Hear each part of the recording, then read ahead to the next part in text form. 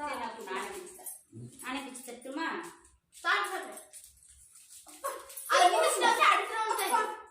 இங்கடா பிடிக்கும்ல, அது பிரிக்கவே முடியாது.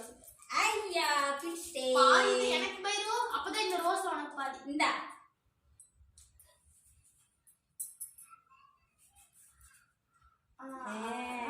இந்த பாதி அக்காவுக்கு. அது பாதி பாய். அது ஒரு முட்டையில பாதி ஒரு நாய்க்கு மிச்சம் பாதி இன்னொரு நாய்க்கு. சரி நான் போய் டீ வச்சுட்டு வரேன்.